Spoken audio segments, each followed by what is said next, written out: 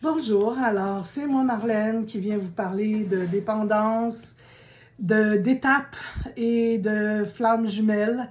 Donc aujourd'hui, je vous parle un peu de tout ça. C'est-à-dire qu'aujourd'hui, je m'adresse plus particulièrement aux flammes jumelles en venant vous expliquer, selon ma conception toujours, pourquoi c'est important que les flammes jumelles se joignent au mouvement anonyme, au mode de vie, aux fraternités avec les 12 étapes. D'abord, bien sûr, selon que vous ayez d'autres dépendances ou pas, parce que je pense que toute flamme jumelle digne de ce nom va admettre qu'elle est soit dépendante de son autre ou dépendante d'une autre personne qui l'aide à fuir son autre. Donc, c'est important pour moi qu'on se dise que si il y a d'autres dépendances, bien évidemment, on peut s'adresser à alcoolique anonyme, narcotique anonyme, cocaïnomane anonyme, outre-mangeur anonyme. Il y a plein de fraternités anonymes que j'ai faites ou pas, selon, ça c'est plus mon anonymat, mais je m'adresse aux flammes jumelles en voulant vous parler plus particulièrement de dépendants affectifs anonymes, DASA, dépendants affectifs et sexuels anonymes, sexaholiques anonymes, ou ADA, enfants adultes issus de familles dysfonctionnelles et alcooliques, ou encore émotifs anonymes. Fait que comme vous voyez, il y a toute une panoplie de fraternités, de services auxquels vous, non seulement vous avez droit, mais auxquels vous pouvez vous associer pour sortir de votre marasme, pour sortir de vos grosses difficultés dans cette histoire de cheminement spirituel. Parce que les fraternités, on dit, moi je fais de la 12e étape en ce moment. Donc la 12e étape, c'est d'aller partager la bonne nouvelle, c'est aller aider ceux qui souffrent encore après avoir vécu un éveil spirituel. Donc, puis le parcours des flammes jumelles, c'est un parcours d'éveil. Donc, vous voyez bien qu'on n'est pas les seuls. Il y a beaucoup de personnes, c'est pas parce qu'on est une flamme jumelle qu'on est mieux que les autres d'un point de vue spirituel. Il y a beaucoup de personnes qui cheminent dans les fraternités parce qu'ils ont je vous dirais, entre nous, des gros bobos spirituels. Donc, les dépendances, ce sont des problématiques affectives, mais aussi spirituelles. Je trouve ça quand même facile à comprendre parce que pour moi, Dieu, c'est de l'amour. La source, c'est de l'amour. Si on veut y trouver un terme plus approprié aux flammes jumelles, la source, c'est de l'amour, l'énergie divine, la lumière, tout le cheminement du parcours de flammes jumelles nous amène à un cheminement spirituel. Et le cheminement spirituel, bien, il est bien établi dans les fraternités anonymes, c'est-à-dire qu'on a 12 étapes, on voit ça souvent chez les flammes jumelles, les 5 raisons, les 5 questions, les 12 réponses, bon, on a là 12 réponses, c'est-à-dire qu'on a 12 étapes qu'on va pouvoir parcourir, qui vont nous donner des guides importants pour répondre aux questions, parce que si vous êtes comme moi, quand on se retrouve dans ça, moi j'ai été confrontée, je pense que je vais utiliser ce terme-là, j'ai été confrontée à la réalité des flammes jumelles après plus de 25 ans de mouvement de fraternité anonyme que j'ai fait pendant un temps de ma vie à plusieurs rencontres par semaine. J'ai suivi des formations en énergétique, j'ai fait des études universitaires, j'ai eu plein d'expériences dans la vie spirituelle, plein de formations, etc. Et je me suis trouvée totalement dépourvue devant cette espèce de charge énergétique que j'ai connue en rencontrant ma flamme jumelle. Mais après plusieurs mois et même années, je pourrais dire, de recul, j'ai réalisé à quel point le mouvement des fraternités anonymes était compatible à notre réalité de flammes jumelles. C'est ça qui a fait que j'ai été guidée pour faire ces capsules-ci. C'est à travers mon cheminement spirituel que j'ai compris que j'étais la bienvenue, j'avais eu une belle idée et j'étais la bienvenue de la mettre en application parce que je faisais tout simplement de la 12e étape. Alors, je ne me suis pas positionnée, je ne me positionnerai pas comme une experte. Même si j'ai des diplômes, je ne me positionne pas comme experte. Alors, imaginez en matière de fraternité ou de flammes jumelles, je ne suis qu'un être humain qui vit ces expériences-là et qui apprend à travers ces expériences-là. Chez moi, ça a toujours été comme une seconde nature. Quand je trouve des solutions à des problèmes qui m'ont fait mal, ben, j'ai tendance à vouloir les partager. Donc, c'est ce que je veux vous partager aujourd'hui.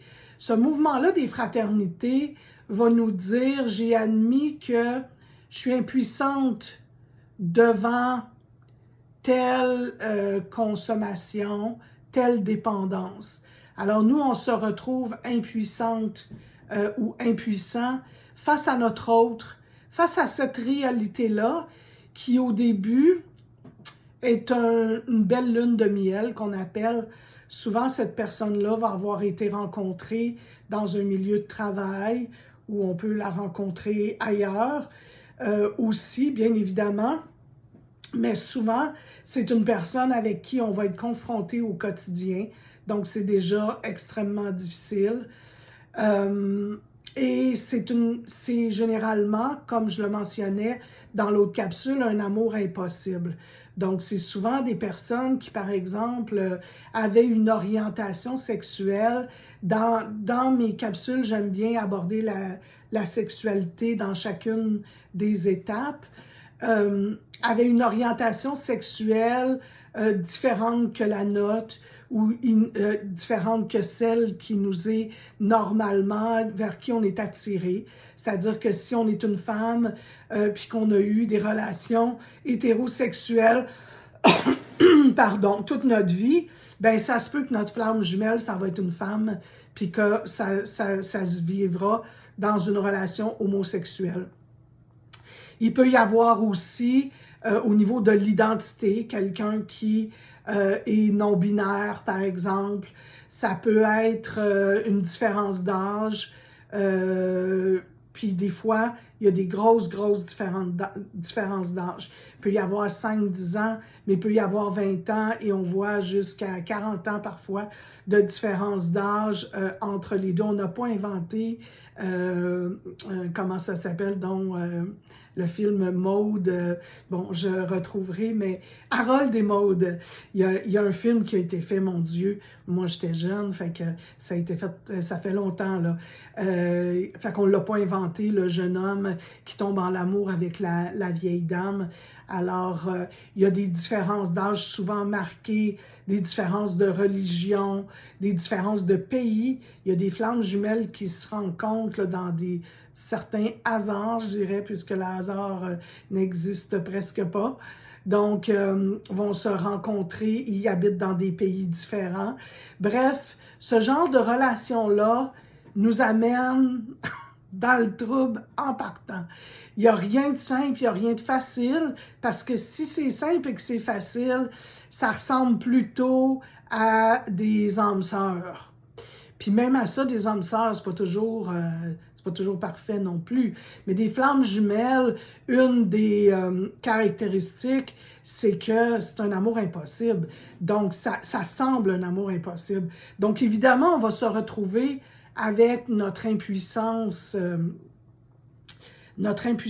face à cette relation-là rapidement.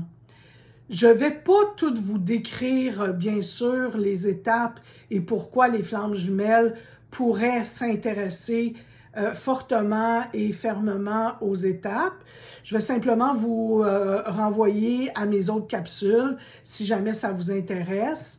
mais je vais vous faire des liens, par exemple, avec quelques-unes des étapes des fraternités. On a fait le lien de l'impuissance. Il va y avoir à un moment donné un abandon à Dieu dans plusieurs des étapes. Pour nous, les flammes jumelles, de façon générale, ça devrait être plus facile. Pour, en fin de compte, la partie, au moins, la partie éveillée des flammes jumelles. Parce que chez les jumeaux spirituels, il y a une personne qui est éveillée et l'autre qui va rester en dormance, qui va rester dans l'inconscience. Je pense que je peux dire ça comme ça, là. L'inconscience quand même assez longtemps. Il y en a pour qui c'est des années et des années. Donc, mais la personne qui est éveillée au lien, elle peut être plus ou moins éveillée à d'autres choses. Je vous laisse en déduire ce que vous en pensez. Mais si elle est éveillée au lien, habituellement, elle a eu des contacts avec la vie spirituelle. Elle a déjà une bonne idée de ce que c'est une puissance supérieure, de ce qu'est Dieu, de ce qu'est la source. Elle se relie et elle va avoir de plus en plus d'inspiration, se sentir de plus en plus guidée. Elle n'en est pas toujours consciente au début, mais plus ça va, plus elle va vivre des synchronicités, plus elle va se sentir guidée, plus donc ça va être facile de s'abandonner à le monde qu'on pourrait dire de l'au-delà, le monde invisible, le monde de lumière, le monde cosmique, je ne sais pas comment vous voulez ou vous pouvez l'appeler, mais déjà en partant, une flamme jumelle éveillée et réveillée à cet univers-là. Fait que vous voyez que ça, c'est une partie, pour les membres des fraternités anonymes, cet éveil-là, c'est la plus grosse partie, je pense. Si on arrive dans une fraternité puis qu'on entend parler de Dieu, ben c'est possible que à plusieurs reprises, on va quitter la fraternité, qu'on va quitter les réunions et on ne reviendra pas aux réunions parce que Dieu, ça fait bondieuserie, ça fait religion, ça fait secte pour beaucoup de personnes et malheureusement, ces personnes-là vont parfois quitter pendant des années. Alors que les flammes jumelles sont déjà allumées, les flammes jumelles qui sont éveillées sont déjà allumées, sont déjà friandes, sont déjà assoiffées d'entendre parler de la source et de ce qu'elle peut faire pour nous. Cela étant dit, c'est un parcours, un cheminement qui va nous amener à faire énormément d'introspection. Et il y a aussi, dans la 4e étape des fraternités anonymes, il y a une étape qui nous demande de faire un inventaire minutieux, rigoureux de nous-mêmes.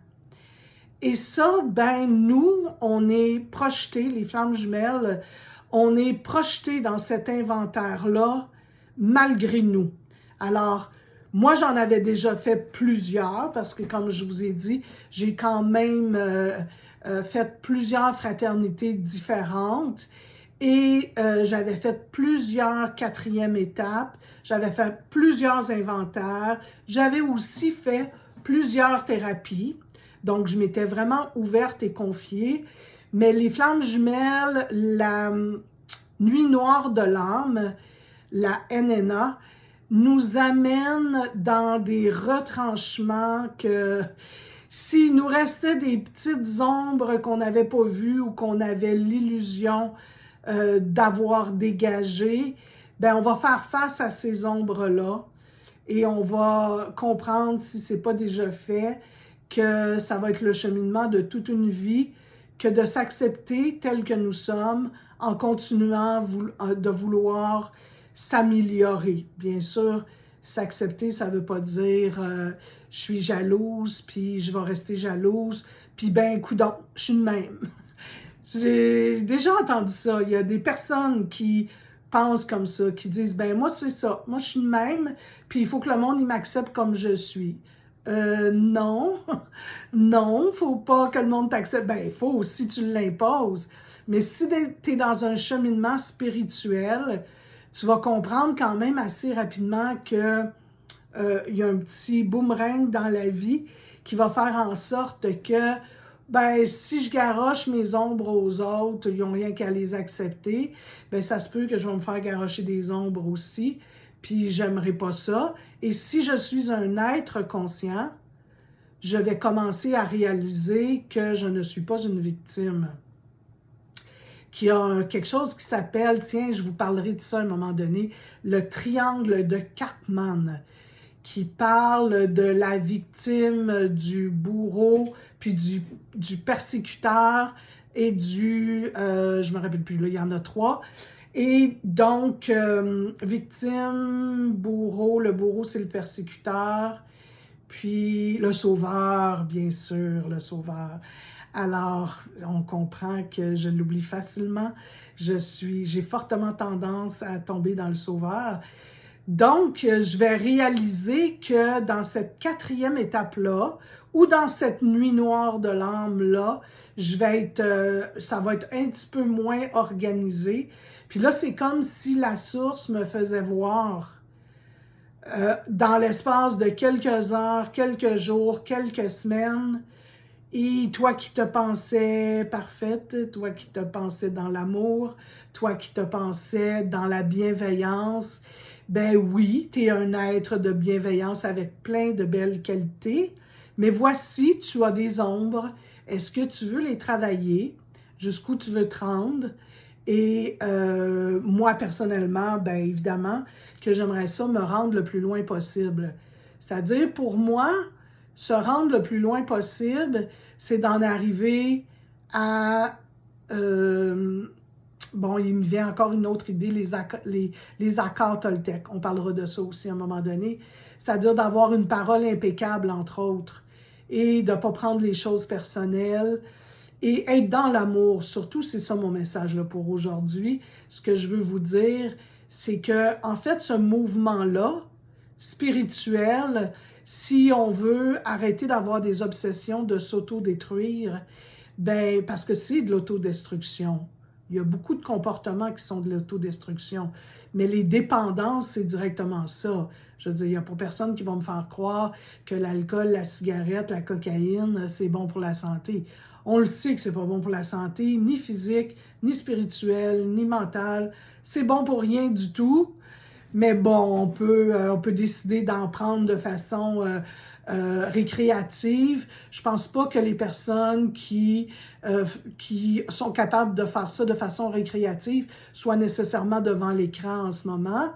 Puis je pense que les flammes jumelles, même les choses qu'on faisait de façon récréative, nous intéressent de moins en moins parce qu'on veut de plus en plus apprendre à prendre soin de soi, à s'aimer. Et je vous dirais que et la nuit noire de l'âme et la 4e étape des alcooliques et les autres étapes aussi, comme je vous dis, je ne vous les mentionne pas toutes, mais l'ensemble des 12 étapes nous montre comment se relever d'une nuit noire de l'âme parce que elles vont nous montrer les chemins qu'on a à faire pour se relier aux autres dans l'amour. On est tous reliés dans l'amour, mais on n'en a pas conscience et on reste très souvent dans nos traits de caractère les moins beaux, l'envie, la jalousie, l'orgueil, tout ça. On reste là-dedans sans trop s'en rendre compte. Mais quand on est passé à travers une nuit noire de l'âme, à mon avis, on le sait. Ça ne veut pas dire qu'on a trouvé des solutions, mais on le sait. On sait qu'il y a des choses qui nous appartiennent, qu'on va devoir régler. On n'est pas coupable, mais on est responsable de régler ça à partir de maintenant, à partir du moment où on est éveillé. Et malheureusement, je vois qu'il y a plein de personnes qui font tout en leur possible pour nous aider sur la toile, qui nous donnent des protocoles et tout ça. Mais pour moi, le plus beau protocole, c'est celui-là. Parce qu'en plus, il va nous amener à la rencontre de d'autres êtres humains. On va aller rencontrer, puis dans l'énergie, chère flamme jumelle, qui avait probablement compris à ce moment-ci de votre cheminement que l'être humain est énergie. Même les scientifiques le disent maintenant, on parle de physique quantique. On sait qu'on est énergie, on sait qu'on est fait d'eau, on sait qu'on a une partie féminine, une partie masculine en chacun de nous. Et avant d'aller se marier, se relier, se fusionner à notre partie masculine ou féminine externe, ben, il y a un ménage à faire à l'intérieur de nous. Et ce ménage-là, il ne va pas se faire en 15 jours. Tout comme le cheminement des fraternités anonymes ne se fait pas en 15 jours non plus. Donc, c'est le projet de toute une vie, mais une journée à la fois. Et c'est, je peux vous le dire, pour l'avoir vécu et pour avoir vu beaucoup, des milliers de personnes le vivre, c'est un programme de déconstruction de l'ego qui nous amène dans le bonheur, dans la joie, dans la bienveillance, dans le partage. Ça ne s'appelle pas fraternité pour rien. Donc, évidemment, ce n'est pas la solution à tous les maux, ce n'est pas la grande panacée, mais je pense que si chacune des flammes jumelles décide d'aller s'approprier ces 12 étapes-là, les met en pratique dans sa vie, va refléter, rayonner, parce que c'est ça que la source attend de nous, que nous rayonnions. Donc, il y en a beaucoup qui se cherchent une mission, mon Dieu. On peut tout faire dans une fraternité. On peut apprendre à parler en public, on peut faire des tâches, faire du café, on peut s'occuper de la littérature, on peut avoir des plus hautes fonctions au niveau des régions, même au niveau de notre pays. Il y a plein de choses qu'on peut faire, plein d'apprentissages qu'on peut faire, puis ça nous permet de se retourner vers d'autres êtres humains, faire du marrainage, parrainage, c'est extraordinaire, se retourner vers d'autres êtres humains qui souffrent encore. Et c'est ça, c'est là. Oui, tant mieux s'il y a une belle histoire d'amour au niveau des couples de flammes jumelles.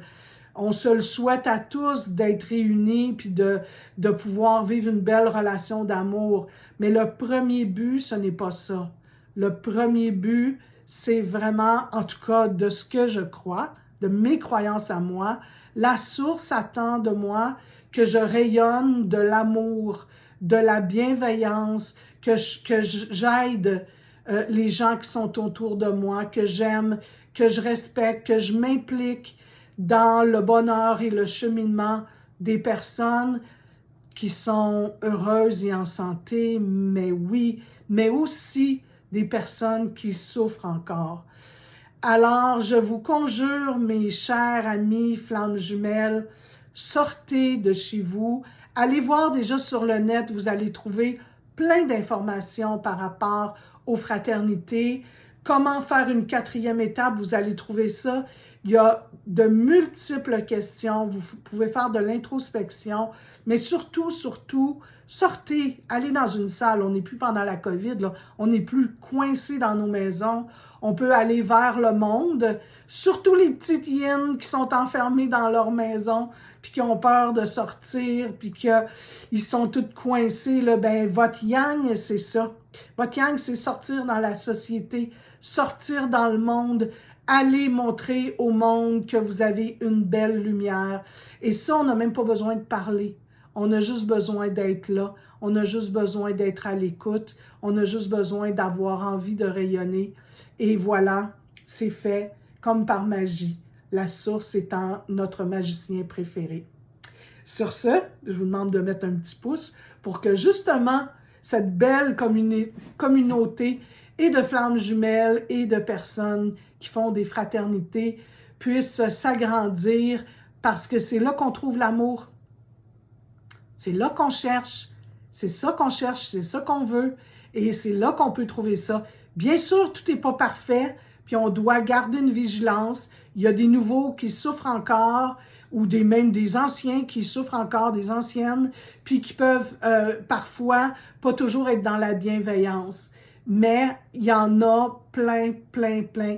Je dirais qu'il y a possiblement au-dessus de 90% des membres des fraternités anonymes qui sont dans la bienveillance et qui peuvent aider. Sachez les reconnaître, sachez poser des questions, collez-vous à ces gens-là. Ce sont des êtres merveilleux qui veulent s'en sortir et qui ont une puissance supérieure pour le faire. C'est-à-dire d'autres membres, un meeting et, qui sait, un Dieu d'amour qui est là pour chacun de nous selon la conception de ce que vous voulez ou pas. Donc, sur ce, merci beaucoup de m'avoir écouté et au très grand plaisir de vous rencontrer, d'avoir vos nouvelles, que vous m'écriviez ou que d'une façon ou de l'autre, on soit réunis un jour, peut-être dans des groupes de flammes jumelles. Merci et bonne fin de journée.